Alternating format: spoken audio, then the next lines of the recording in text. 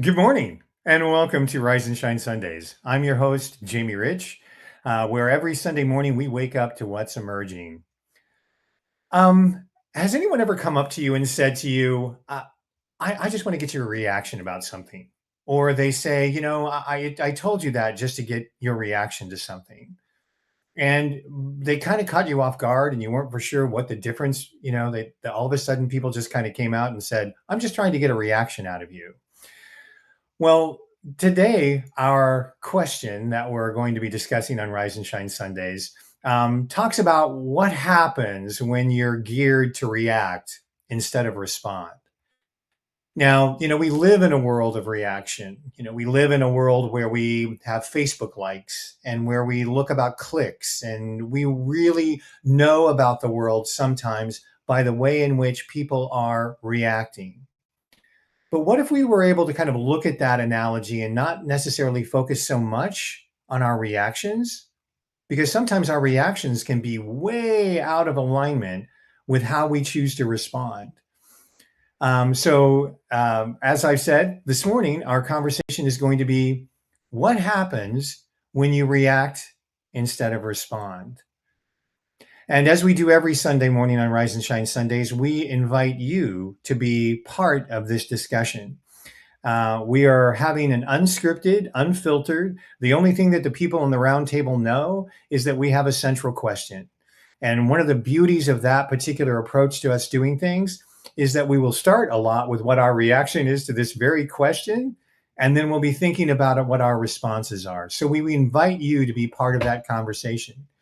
If you are joining us in the chat this morning, please reach out and say hello. And as we do that, I want to be able to introduce our roundtable for this morning. Good morning, all. Good morning, Sang. Good morning. How is everybody? Good. What is your first reaction to the day? To today or the day itself?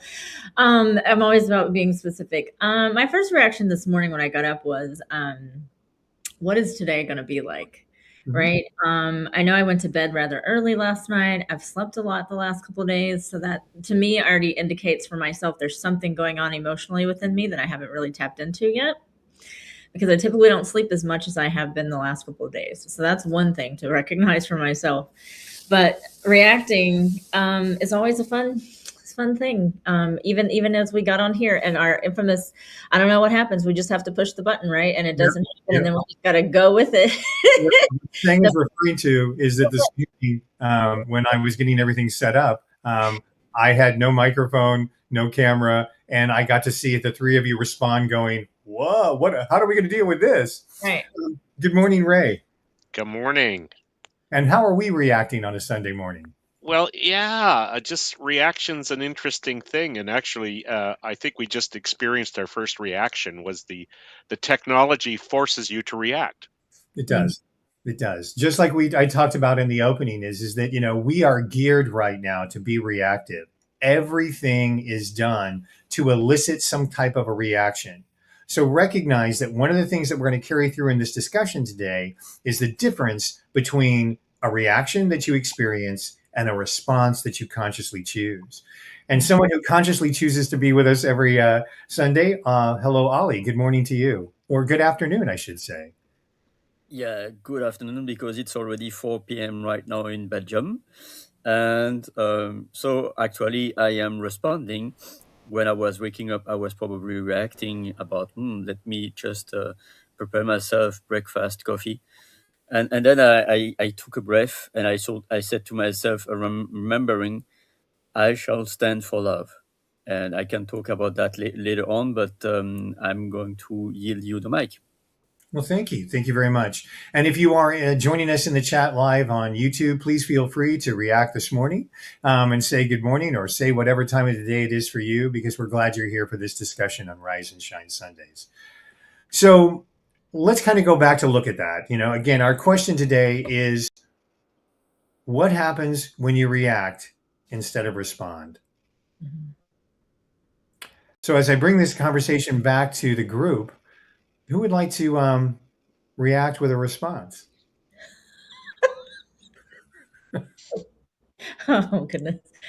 I'm gonna go first because I like to go first.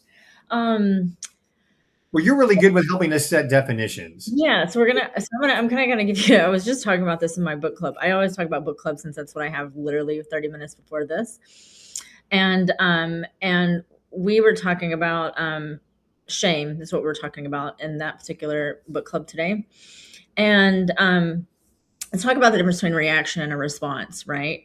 I always like to use something where, if somebody goes to hit you, right, your automatic response is like you're going to put your hand up so they don't hit you, right? Like Right. it's automatic, it's trigger. It's the first thing that comes to your head. There's no thinking about it. It's just what happens, right? Then you have the responding. Let's say if you were going to try to respond to someone going to hit you, right?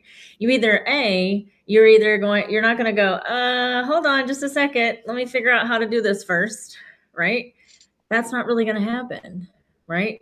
Now, there's a way for you to step back and walk away, or you decide some other motion to do, and that's going to be that's a response and / a reaction, right? So it's almost that distinction of figuring out what it is for you, right? Ultimately, the way I describe a reaction is that first thing that pops off. If somebody says something and it just automatically comes out of your mouth and you go, did I say that out loud?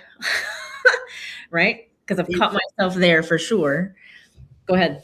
It's so interesting to hear you say that because, we've melded the two right now. Yes. Uh-huh. We used to talk about what you're talking about is that automatic reflex, right? Yep. The response, if you will, the reaction that you have that is triggered and Yep. just comes out by default.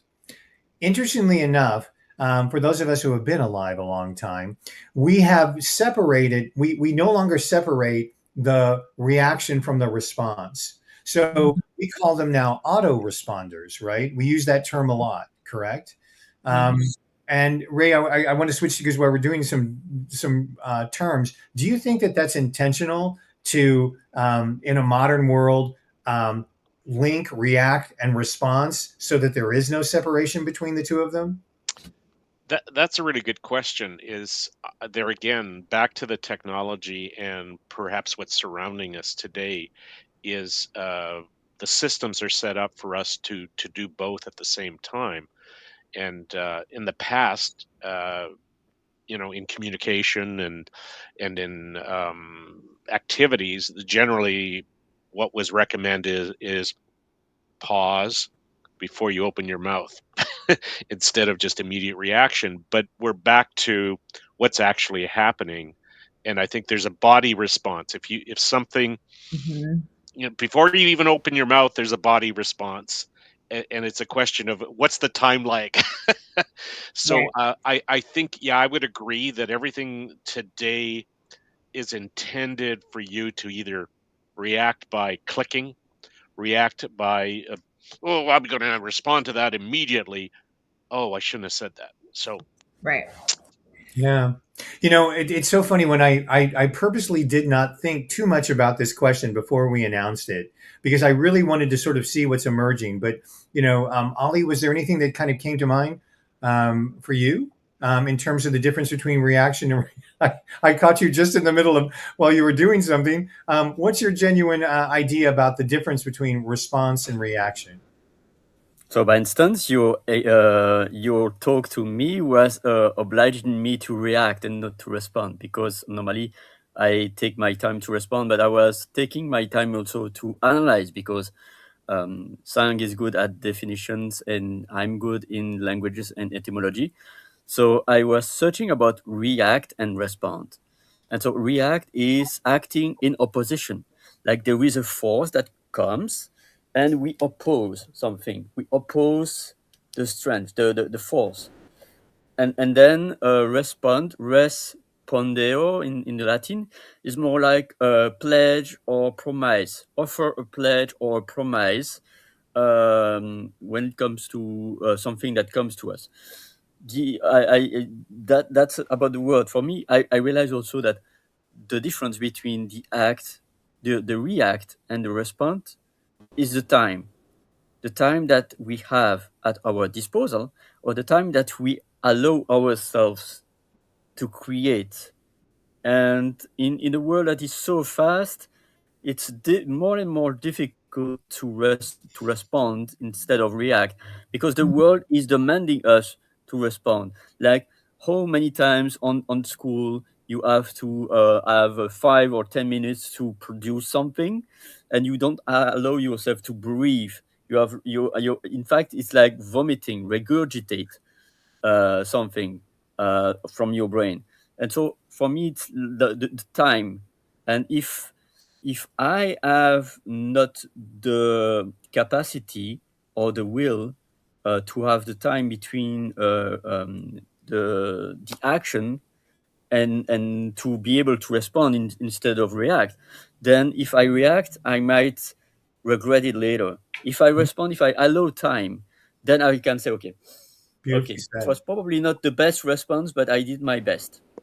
Beautifully said. Beautifully said, Ollie. And I can see saying, I want to turn to you right now and say, we can talk about this in the analytics and the abstraction of the difference between reaction and response, but what happens in people's lives when they don't understand the difference? Can you speak a little bit about that? Yes, absolutely. So if you think about a time when someone has said something, and again, you say something so quickly and you are filled with anger and rage, and typically a reaction when it's verbally said, or even an action itself where it's violence or something where it's like hostile, right? That person has then, an activation has been put in them, right? Where something was said, where they were triggered by something you said, triggered by something that was done or whatever. And a response comes from the place of, I can see what's happening. I don't feel it in my body because I'm calm, right? Because a reaction, you're going to feel it somewhere. Like if someone says something to me that is where I feel shamed, I feel judged, I feel chastised in a certain way, I typically feel it in my stomach, right? I start feeling in my stomach, my heart starts racing, and I go, okay, I don't really know how to respond to this. I don't really know what to say. So do I say what's on my mind? And is that going to be filled with emotions? Because typically it's going to be an emotional vomit, right? Because now I'm reacting to everything this other person is saying, because this other person is just saying everything or doing everything, versus a reaction. Versus a response where I'm now what I called embodied with myself, right? I'm able to now look at the situation while in the situation and say, is it good for me to react? Because I know the difference. If I say this, this, and this, and this is probably going to happen. However, I realize this other person is in an activation mode. Okay. Let me take a step back. Okay. Right? And that goes back to that critical awareness that we talked about last week. But go ahead. Right. So let's unpack it. Let's keep them separate for the minute. We've agreed this morning here on Rise and Shine Sundays that there is a difference between reaction and response, right? And in the short time that we've been on air this morning, this is the second time the word regurgitation has come up in terms to describe. But what I loved about what Ollie said to us is that most of the time, the reactions that we get are oppositional forces in our lives. We don't get a reaction unless that energy is oppositional to where we are. So if I came up and said, Ray, what about that beard? What about that beard? You've got a beard, and so like all of a sudden, Ray, who wasn't even thinking about his beard 10 seconds ago, right, is all of a sudden in this oppositional thing going, well, what's wrong with it? And whereas I can use that example delicately with my friend Ray, oftentimes we are not aware of how many times we are intentionally being poked for our response, right? The intent of the response is to really inflict that contrast on it, right? So, anyone, saying, did you have something more to say about that? Well, I think recognizing when you can realize when you're getting defensive about something, right? When you're getting defensive about something that someone said or someone did, and you're now defending your actions, you're defending your emotions, you're defending that bubbly feeling that you have in your body, that is what I personally call a reaction. You're having it there, but then that part where you turn it into a response. If we go back to the basics, back in the day when they said think before you speak, they just forgot to tell us how to do that. Right. right? And now it's pause before you speak, right? Because now it is, okay, I can see this person is activated. Again, this is that self-critical awareness, not just of self, but of others around you, which is very challenging sometimes, right? Because this is where you have to be able to know yourself enough to know, am I going to respond to what's being asked of me? Or what they're trying to poke to get out of me? Are they poking me to get a reaction? Or are they poking me to understand my perspective? I love that. So we have to also be aware of the intent of the poke, right? You know, Yes and no. I would say yes and no, right? Because we will never know their intention unless we ask them. So exactly why are you asking me this? Because that's where then you get to ask a direct question if you're comfortable enough because you definitely have to be in a state of calm for myself to ask that question. Because you could ask that and then the bear we just go, now we're two bears in the wild. and that is a very brilliant thing that has just emerged as far as a question like, why are you asking me that? Now, there, like if I'm going to use Ray. Ray, do you mind if I continue to use Ray in the beard example? Yeah. Like if I'm like going, Ray, that your beard, and Ray can counter that oppositionally and go, well, what's wrong with my beard? Or why are you, or Ray can, from that point of the pause neutrality, right, say, what's what are you seeing about my beard? In other words, What troubles you about beards? yeah, why are you asking that question? And it's interesting because in that moment we take control of our own reaction. In other words, it's beginning to recognize that between reaction and response is an opportunity for you to learn about your responses, right? With full awareness that some people are going to continue to poke you. And I think that this is really an important thing to get, because oftentimes, I don't know, I'm sure none of you have been in therapy, and I'm sure no one in the audience has either.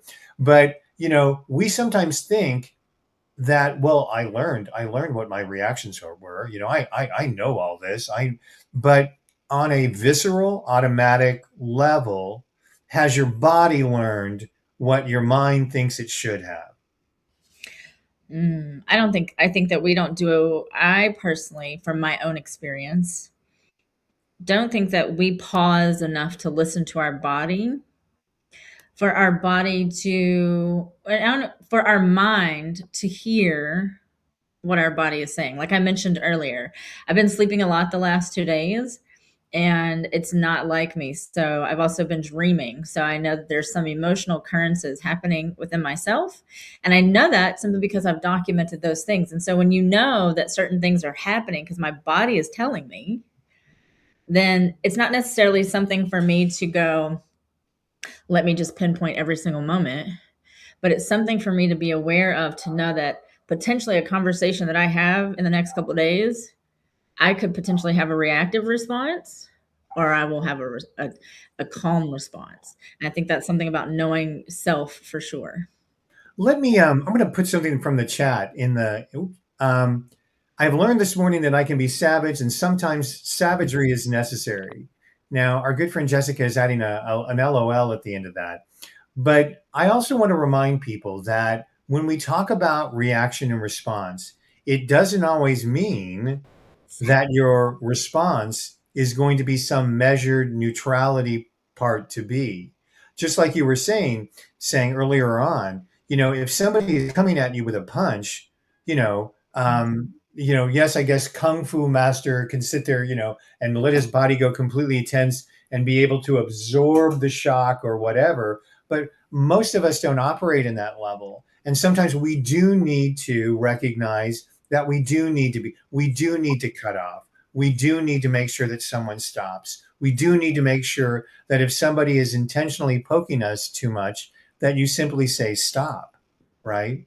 Right. So, but the idea then is, again, going back to this idea of recognizing that there's a reaction that you're going to have, there's a response that you can make, and if you have not been in a lot of situations where you've been poked, and I can't imagine who those people are on the planet, maybe they're off in a forest somewhere, but the rest of us who have been lived in a world where we are continuously poked for our reaction, can begin to take that pause and choose how we want to respond, and, if I can say this, practice that as part of our daily life. Develop that. Ray, you're nodding. Was there something about Yeah, that? I'm just absorbing it all because, there's so many situations where this kind of happens, where you have to sort of listen to your body, as Sangha said, and understand that, okay, that's a moment of clarity,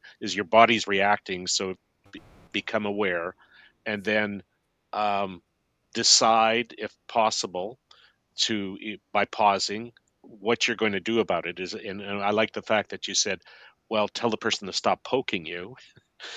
Is a good is a measured response, but it's also a way of shifting away. Or what Sang did with questions is, why are you saying that, or what is that?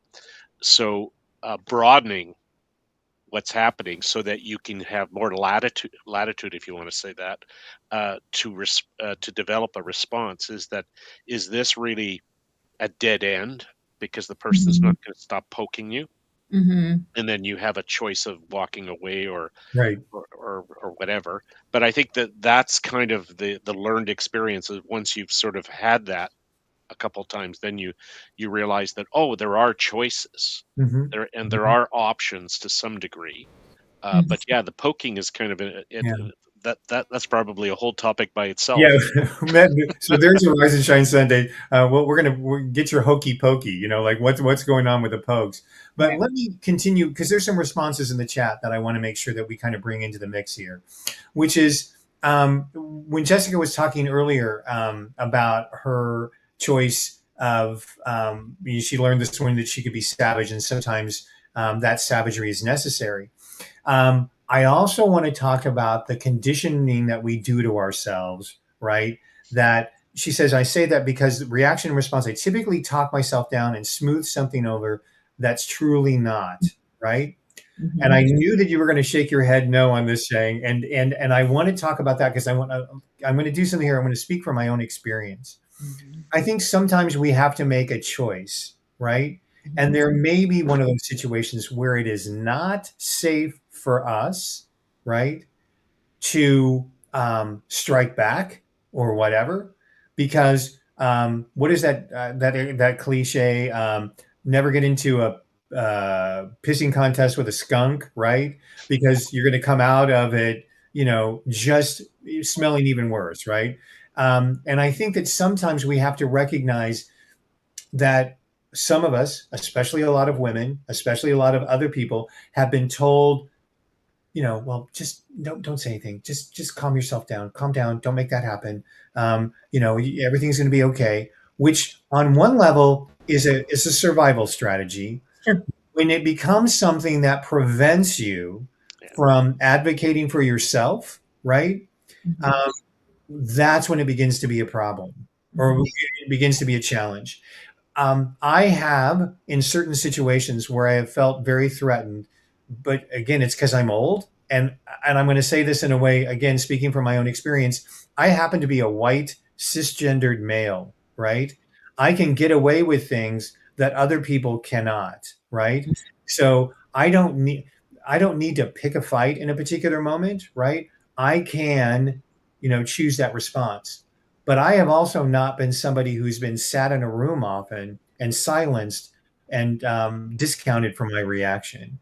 And I'm sure that's where that no came from, right? Saying that was sort of what was sprung out of that. Yeah, a little bit, because there's also that I always go back to self, right? To self-awareness, right? To go, Jessica had a savage response versus sometimes savagery is necessary, right? So that's where it's like something, what I need to say something, and it's time to say something because I've been sitting in it too long, right? To then, her next, the next conversation was about, she'll talk herself through it, which again, totally get that. We talk ourselves through it and go, oh, it wasn't that big of a deal. And then it happens again, right? And then it happens again. And then what happens is now we are savage because we have been poked so many times that we didn't stand up for ourselves the first 400 times, that 401, I'm not having it anymore. Right. Right. And then but there's also that level of not just that self-awareness, but knowing when a person's doing it, because we do have a tendency to be like, that's just how they are. Right. Well, here's what I'm here to tell you. They can be how they are, but you also get to let them know how they can be with you. Can we stop right there? Can someone put that on the sampler, the mic drop moment? Because that is beautifully said, which is there are those situations where you can be fully aware that that is that other person, and you can then choose how that proceeds forward. Like, you don't need to correct that other person because there's absolutely no value in it for you. Anyone want to build on what Sang was talking about? Yeah, Ollie. Yes, first I was going to respond with the metaphor of the sponge. I would say sponge, because each of us have different bandwidth of how to react. Sometimes it reduces with some persons, some environments, because an environment can be stressful and the ability of responding is really low in this kind of environment. Sometimes he's the kind of person, and we don't know also the full life of people. Maybe it's like onions, there are a lot of layers. The parents, the neighbor, the work, this, and this adds up. That really reduces the bandwidth of the sponge of this person. Like this famous quote, like an angry black woman, because she has, quote unquote, to be polite, to be, and as a white guy, I realize also that I'm not facing that. But then there is also the was thinking also, it's about asking, let them and let me. I realized that was a book from Mel Robbins. So let them means that you can allow them to be themselves, but then let me. What is in my control? If someone is constantly triggering me, what is in my control is if this person is not able to understand, then I can avoid to be in with this person the next time. So it's what is in our control in order to be able to respond instead of react. Because it's if we are all with our reptilian brains always react, it's not going to solve a lot of things. It Right. just takes one person to withdraw, Right. to really calm the and to be able to pass from react to response. Correct. So again, this morning we're talking about what happens when you react instead of respond. And in our roundtable, in our impromptu roundtable discussion, as we discuss about what's emerging, one of the things that Ollie We are back. Yeah, we are live. One of the things that you were talking about is that we have this reptilian brain, this animal brain. But you know what? We're still going to have that reptilian brain, that animal brain, after we've had an awareness. And that's where I'm inviting us to consider that this is a lot about developing a practice and allowing yourself to experiment and practice to develop a new reactive pattern for yourself. Because sometimes you just can't. I mean, maybe you're just that intellectually and super spiritual human being that can learn from an aha moment, and it just automatically becomes a somatic experience for you, and that's wonderful. Sometimes that does happen to us, but for many of us, and in many situations, we have to practice. We have to be able to sort of make sure that it sticks, so that that animal brain response gets muted and learns something new. Right? When I walk my dog, she's by her nature. We had a lab at one time. A lab, everybody was his friend. Her default response is she's wary of people. It's the way her animal brain is wired. And I watch now the cues that she needs to receive in a moment to make sure that she's comfortable with people, right? Because if somebody comes at her with her hand, she's going to do exactly how Sang opened up the show this morning, with the idea that you're going to go to swat it away, right? But if somebody understands, if she begins to learn in that moment, what that is, if there's time, right, something different and magical happens. So, can we help people who want to learn how to repattern their reactions? Is that something? Could we offer some? Yeah, saying you're smiling and you've got a little nod there. What can we help? How can we help people and ourselves to understand about establishing new patterns about our reactions? Yeah, I'm gonna start with the Mel Robbins book. I've not read the book. Let Them. I've heard people talk about the title of the book, but not really what's in the book. So, and so I've had a little bit of a rebuttal with that for myself. So, simply because I haven't read the book, so I want to preface that. Is what if you do the opposite, which is kind of what Ollie was saying? Let me, instead of let me, it's tell them, right? Tell them, because if you are not advocating for yourself and then let them show up, right? Tell them what you appreciate about them. Tell them what you need. If someone's triggering you, tell them why that is bothersome to you. Tell them what you mean, what's going on with you, right? Then let them show up. Again, have no idea what her book's about other than the title that everybody says, Let Them. And I'm like, okay, cool. Don't know what's in the book yet. But if we're on the opposite side of that, is what you're saying, because if what they're saying and they're vocal enough or triggering us or doing whatever to get a response or reaction out of us, then what it means something to them, right? But you staying silent, what does that do for you, right? What if something matters to you, something you want to say it. Sometimes, like we were talking about, sometimes we stay quiet because we want to keep the peace. Whose peace?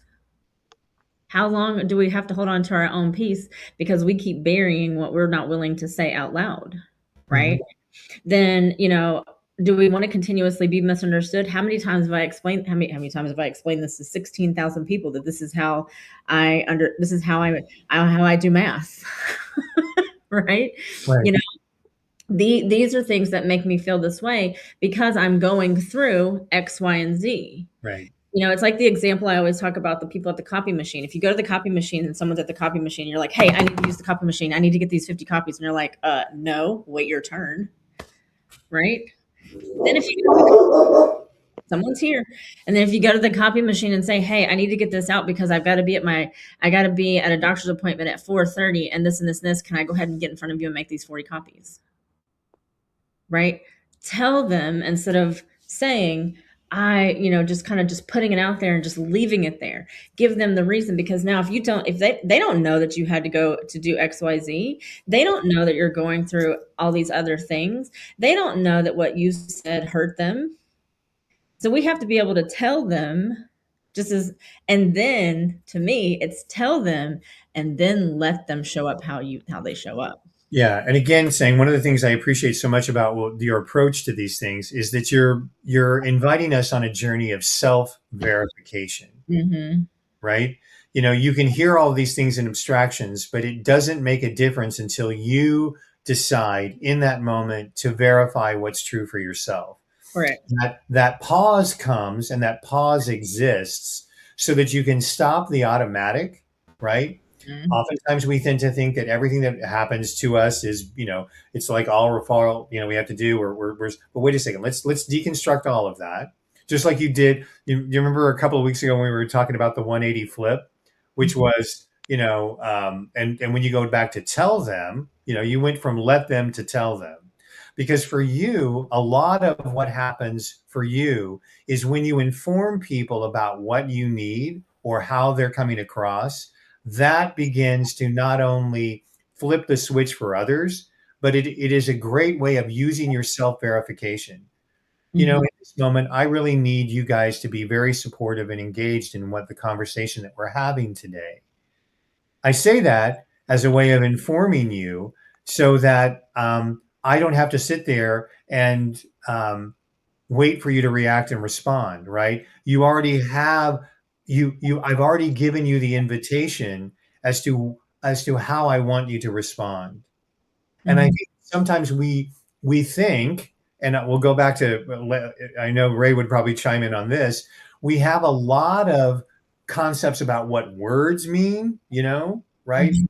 But we often sometimes, because we don't inform, because we don't tell people, because we aren't clear on what we want to, look, I'm sharing this news with you so that X, Y, and Z, or I'm having this meeting right now so that we can accomplish X, Y, and Z.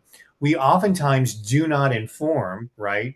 And so then we're ending up with all these reactions, right? That are just all over the map, right? And we're talking, Ray, did you want to say anything in that direction? Yeah, I love what you just what's saying, and you just did, Jamie, is the fact that by adding what I refer to as context, by giving a little bit more information, that allows the recipient or the listener or the person there to have a choice. Like, hey, I need to get these copies done because then I have Mhm. the choice of, well, I'm not in a hurry, go ahead. Or Mhm. I'm sorry, but my meeting's before yours. It's only going to Right. take me 10 minutes because I have 5 copies. So then there's a bit of more of an exchange going on. But what's been created is a new level of understanding. The situation shifted because somebody provided more context and more information. Also, Mhm. I just want to add one other element that came to me as you guys were sharing that is the time factor. It takes me longer to process. Yeah. So what I've had to start to do, I'm still not very good at it, is what Sang mentioned is sort of say to provide at least some information for the individual to say, I'm not ready to respond to that yet, but Mhm. I'm going to come back to it because it takes, like I always my time lag is sometimes quite long, that something gets said in a conversation and I don't figure it out in my brain till 24 hours later. And it's okay. Yeah. That's And a it's okay, but I think what I like about what you were sharing, saying, is to let the individual know that I'm responding on my own time. well, Right. and that is a hard place to do. So if we go back to last week, I believe when we were talking about capacity and threshold, right? It's about being able to say, Jamie, I love that you're asking me to do that. Unfortunately, I'm not going to be able to do that today because I don't have the capacity. Is there anything else I can do for you instead? Right. But you Because can only go ahead. because again, going back to what we were talking about, self awareness of knowing what my capacity is, what Jamie is asking of me in his space, and what I know and I'm willing and able to provide for him without feeling that pressure, if that makes sense. It Oh, does. definitely. And as I jumped in, my apologies for doing that, but I wanted to just simply say in that moment, what you're reminding us is that you got there. You got to that ability to be able to have those words come out of your mouth through a process of self-verification, of making sure that you didn't lose yourself in conversations where other Mhm. people are not setting the correct container for you to have Mhm. those conversations. And Mhm. so one phrase that I have learned a lot, because I've gone through some tremendous changes in my own life in the past 5 months or so, is the following phrase: to be honest with you, I don't know. And we're taught that we need to have a response. Like, well, no, you. And what Ray's inviting us to consider is that we can intellectually know, well, I know I'm supposed to have a really good answer at this particular point in time. I know what the correct thing I should probably say in this, but it hasn't connected from here to here. I don't Mhm. know. And so I have found myself applying sort of a similar practice to what Sang does. And sometimes I will just simply say, because I usually can make decisions really quickly. I guess, you probably have picked this up, but there are times when I don't have that body or that mind heart connection on something just quite yet. And I would, in the past, have come up with a response that would have made the person feel better and okay. You know what I mean? Like, oh, Mhm. I don't really believe this 100%, but I'm just going to tell you this so that we can move on. But I'm developing that somatic muscle to be able to say, to be honest with you, because it's completely honest, I don't know. Mm. Yep. And, Yeah. and it's so hard. It's so hard because we are taught, we are taught and conditioned to respond to everyone around us and react to everyone around us rather than allowing people to respond and react to us. right?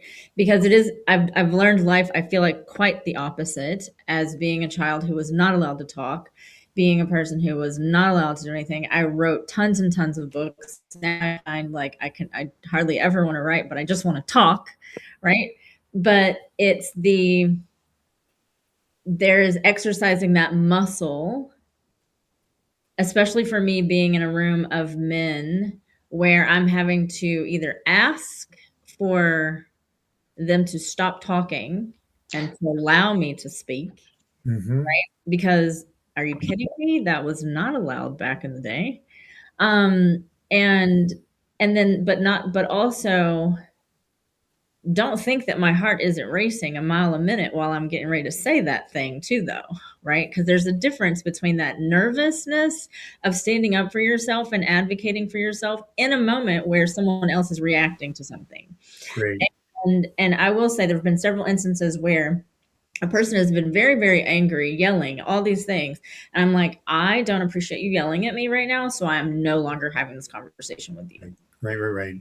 And I've had to say that 3 or 4 times, because anything they said at that point, I just keep listening, but I'm not listening. And I will just repeat what I said because I'm truly not taking in anything you are saying, simply because I've already said I don't have capacity for this. I don't, there's nothing here. And that's when you say, when you let them continuously show up that way, they're continuously now reacting to the fact that you are not responding or reacting the way they want you to. And then again, this is you knowing yourself, but because you have that recognition of the outside already, which again makes it so much harder for us to do the somatic piece and go, what do I feel in my body? Correct. But ultimately, that pattern interruption has to happen, which is what Ali was talking about earlier, when it just takes one person to shift it. But I know you've been wanting to say something for a while, Ali. What you got? Yeah. So, first, thank you, Sang, for sharing that. You are really on the spot. Chocolate vibes, and also thank you for raising the vibes also and raising this concern about the process. I think it's maybe Sang knows me, Jimmy knows me, but some person that doesn't know me, and it's up to me to let them know how I process. I need some time, and it's really important to have this emotional intelligence ourselves if we don't want to escalate things. And I feel also it's also the questions, the non-verbal cues, like be able to speak. But if we are seeing people stressing, we are seeing in their non-verbal that they are stressed, and then we can ask them questions. Asking questions with curiosity allows them to respond, so opening the door, and also to realize that we don't know each other's lives. That's But right. I love Sang share, really, to say, okay, change, slow down the tone. I'm not going to interact with you. It's like having a Teflon barrier, so that we are not playing their games. Right. And to say them, it's not it's not because you yell that your message will pass better with me. Right. And I think there's a great, I love that you brought that up, Ollie, because there's a tone, right, to use. And it's that, it's not a mom voice. I'm not going to say it's not a mom voice. It's literally that tone of like, what I mean right now is business and I'm being serious. What I'm saying to you is what you yelling is not helping me, and I'm not able to have a conversation with you. Right. If you're even in a workplace setting and someone's having a conversation, saying, you're having these, because I've always taught my kids, there's a way to have a conversation and be respectful. And you can have a conversation and clearly be disrespectful. If you are clearly asking someone, hey, you know what, you've asked me 7 questions and I'm not sure which one you want me to answer, right? It is that's the distinction that you get to, because otherwise we get overwhelmed by thinking we have to answer the boss's 7 questions they've asked us, instead of saying, okay, you asked me 7 questions. Which one would you like the answer to first? Right? But we're not taught to even question the questions, or even have that to say, we're just taught to answer everything and know everything. And I Right. agree with what Jessica said, because sometimes when we say I don't know, we're it's already a thing where we don't know enough, so we're not going to say we don't know. Right. And I want to bring in Jessica's comment, right? Which Yeah. is this was in response to what I said earlier. To be honest with you, I don't know. One of the things that we have to remember when we're having these conversations is that we're not only fighting our personal conditioning in these situations, but we're fighting the larger conditioning in these situations, right? So one of the things that I have to make a conscious decision about is I always want to make sure that I'm in containers where every voice gets a chance to be heard. That's important to me. So that's one of the ways in which I can help bring down the larger deconditioning. Back to your question, yes, in most corporate situations, please, ladies, could you just kind of cut down the chatter, because we're trying to do business here. I've been in those meetings where men have said that, right? I have, so as you know, it is not. That's a lot to unpack in a room when you're a man who is doing it, and I can't always unpack that dysfunction, right? But what I can do is to make sure that the containers that I provide don't have that in there, right? And to recognize that, just like I said, we're fighting not only our personal deconditioning, because yes, we've been deconditioned. Like, if you don't know what to do, what are you, stupid? I mean, how many times has that been said to us? Look, saying this is really important. What do you need to do? You don't have any. What are you, stupid? And all of that conditioning gets us in a personal level. But then we've created systems that allow it, right? And so that's why it's really important for all of us to make sure that when we've had this awareness, right? One of the things I deeply appreciate everybody in this room, but I will refer, if you notice, I will defer a lot when saying is here to the lived experience of someone who has had a stronger road to hoe in this particular than I have, right? That doesn't mean that my experiences are invalid, but I cannot sit in the presence of people who have been silenced and not say, I know that your voices have been silenced a lot more than mine has. And so we are at the same time unpacking our own journey, our own relationships. But just as my good friend Ray has taught me from the very first time that we've met, we have a really deep responsibility right now to make sure that we change the conversational containers with each other, right? Which is why this is not sage on a stage sort of approach. We're allowing people to speak from their expertise. Yes, and I personally don't want to be slimed, so there's that. Okay, just go back to the slime, and I want to say this too. It is a very hard distinction when you're working on yourself. One of the things is to be super, super honest with yourself, because you have to be able to tell yourself the truth, right? Like saying, yeah, you were a total jackass in that whole meeting. Like, were you okay? Right? Like asking yourself, because I do know for myself, again, the difference in reacting is when I don't feel safe in my own body for whatever reason, right? I can feel it I'll start shaking. My words will start stumbling.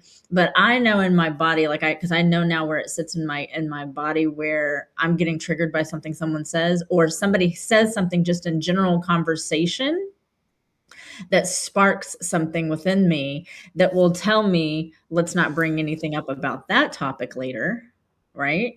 So there's that. And then the place of response is when you're able to kind of be the fly on the wall and look at the entire situation as it is and realize that there could be some charged emotions in this room. And like Ali said, somebody has to be the person to either walk away, make a statement about what's happening, and let it be there without diving into whatever cesspool of triggers or whatever it is that's happening, to then be able to say, this is how the conversation shifts.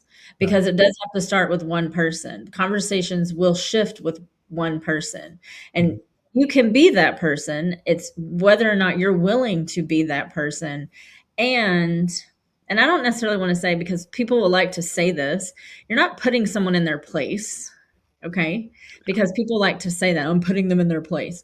No, I'm simply sharing with you my state of being, my state of mind, and you get to show up how you get to show up. And then I get to decide how I continue to show up with you.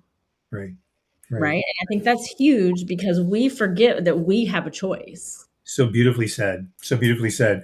And I think cesspool of triggers is the title of my life in 2025. Because I think that, when, again, and in all seriousness, what we are inviting people to do is to sort of dismantle this idea that there is a difference. There is a reaction and there is a response. And it comes through being honest with yourself in terms of what's happening. It's also, going back to the idea of self-verifying and recognizing that you're going to be coming up not only against your own conditioning, but conditioning in the larger. And one of the ways in which you can control the situation on the micro level, or we would not use the word control, one of the ways in which you can continue to sort of be a living from what your own values are, is to inform people in the moment how they're coming across or what you might need, so that you can eliminate a lot of the cesspool of triggers, right?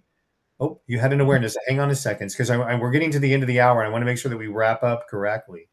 But we're inviting people on this sort of experimentation with us, right? To be able to say in your own life, understand what that is, the difference between the reaction and the response, to recognize that there is an honest moment that you have to have with this in terms of the way in which you want to inform not only yourself, but the people around you, right? And it comes from that idea of being honest. So in addition to that, as we round out our hour, what was on your mind saying? I'm going to do my best to sum this up in the smallest amount of words, because I got excited, which means it's going to be on my mind now for the rest of the day. Is that I've been in conversations where people will say, well, I don't know about that culture, because what you were saying, where it starts in our home, it goes to our culture, it goes to society, it goes to whatever our workplace. So everything continues to compound on our experience, where we're continuously shut down and not allowed to talk, or having reactions and how they're received. Right. But the other part of that is somebody mentioned something about educating, because I'm like, in order for someone to know about me, I have to educate you, right? In order to know about my culture, I have to educate you. If I want to know something about your culture, I ask, right? But yet we're also told, it's like this cognitive dissonance that we're constantly sitting in, where people are like, well, I don't know if you don't tell me. Then it's like, well, if you don't tell me, then I don't know. Like, where are we? But then when I tell you, you don't like it. Right. Right. So part of our mission is to create more curious humans. Part of this is about making sure that people are curious, that they can ask, that they can have those conversations, that they don't just accept on a surface level. Mm-hmm. I mean, was there more that wanted to come out of that emotional stream?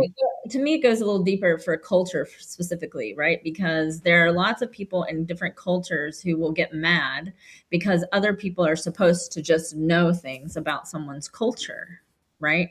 I was chastised back in probably October when I was told I shouldn't get the Nobel Peace Prize as a Vietnamese woman because I didn't know enough about my culture, right? Which I was like, what do you mean? Right? So then it went into this whole thing, but that person was basing it off of their own culture and how their culture represents their individuals hardcore. However, this same culture will also tear people down. So when I brought that part up, there was not much conversation to that, except back to me that I still wasn't good enough because I wasn't this. So understanding that there is a way to have these conversations where there is momentum and results out of them for how you get to decide how you either get driven to go get a Nobel Peace Prize, by the way. Yeah. No, you just hit it. You just really hit it. or whatever that is, because there's a way to have a conversation to still be in the conversation and still both walk away and be cordial and friends and do that. And those are the people that you want to surround yourself with. Absolutely. Ray, who would you like to surround as far as the thoughts and ideas as we round up our hour? Well, it's too bad we don't have 2 hours. I'd like to build on what Sang was saying is conversations are important, Mhm. but we don't always have the same level of experience to engage in them in a new way. And what struck me with culture is there's equal accountability to learn and to want to learn and to share. So if someone is not aware of a cultural element, I always find it fascinating when somebody shares their cultural context and I go, wow, that's great. That's something that we should be doing too. uh, so yeah, the negative and the positive. And I've heard someone say, just like saying, well, our culture doesn't really reflect this aspect. Mhm. So anyways, conversations are bridges, are containers for this learning and unlearning. So Right. the two-way street. So thanks for that.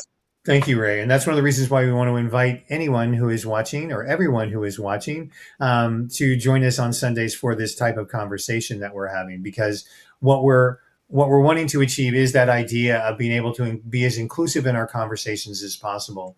Ollie, you have the Yeah, few seconds because I have to prepare. Before it's a call to action that I will set up for myself and for others. Before we are tempted to react, could we check in our body and check our internal emotions? Mhm. And then to say, okay, is it the appropriate moment? How can I do to add my sponge buffer to avoid to have this emotional vomit on the moment? So checking with our body and have a breath. Thank you. I'm going now to say au revoir. Au revoir. I know you have another mission, so thank you for the time that you've been with us this morning, Ollie.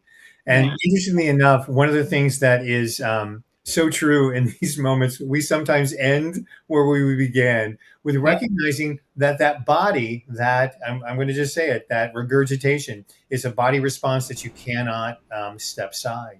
And Mhm. when the body has a response, it's going to respond in the way that it wants to. So what we're inviting you is to join us back next week to continue to experiment in your life with your reactions and your responses, and to be able to see what emerges through inviting those questions to happen in your world. And again, we will be back here next Sunday at 10 a.m. Central Time to see what is emerging. So if you would like to wake up with what's emerging, come join us next Sunday. Coming up next on the Breakthrough Show Network is Spirit Sessions. And on behalf of Ray, myself, and Ollie, who just left, we thank you for being here. And we'll look forward to seeing you next week.